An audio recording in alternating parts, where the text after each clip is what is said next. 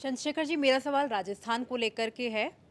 आप अपनी पार्टी के अकेले सांसद हैं और हनुमान बेनीवाल भी अपनी पार्टी के अकेले सांसद हैं। विधानसभा चुनाव में आपका और उनका गठबंधन भी हुआ, लेकिन चुनाव क्यों हार गए? क्योंकि हमने देखा कि विधानसभा चुनाव में जब भी आप कहीं जाते थे तो काफ़ी भीड़ आती थी, लेकिन ये भीड़ वोटों में तब्दील क्यों नहीं हुई?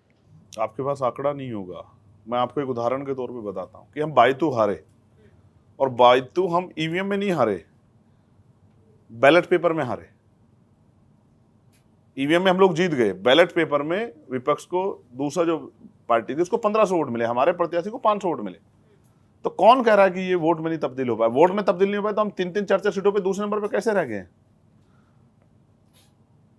लोकतंत्र को समझिए ना। अगर 50.1% वोट आपके पास है, 49.9% वोट दूसरे के पास है, तो ऐसा थोड़ा कि आप जीत जाओगे।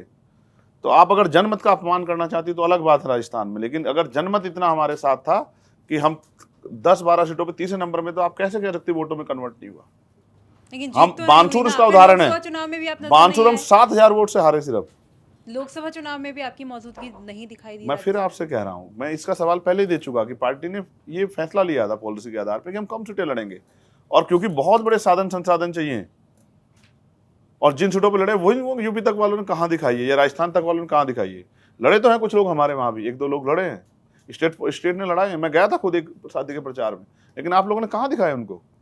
आप भी तो चंद्रशेखर आजाद को दिखाएं, सिर्फ आप कहाँ दिखाएं दूसरे लोग? मैं एक डिस्कशन आपके साथ चाहता हूं, और मैं चाहता हूं ये डिस्कशन लोगों तक पहुंचे, और ये मैं इस पे सब साथियों का, गौरव से लेकर सब साथियों का ध्यान आकर्षित करना चाहूंगा।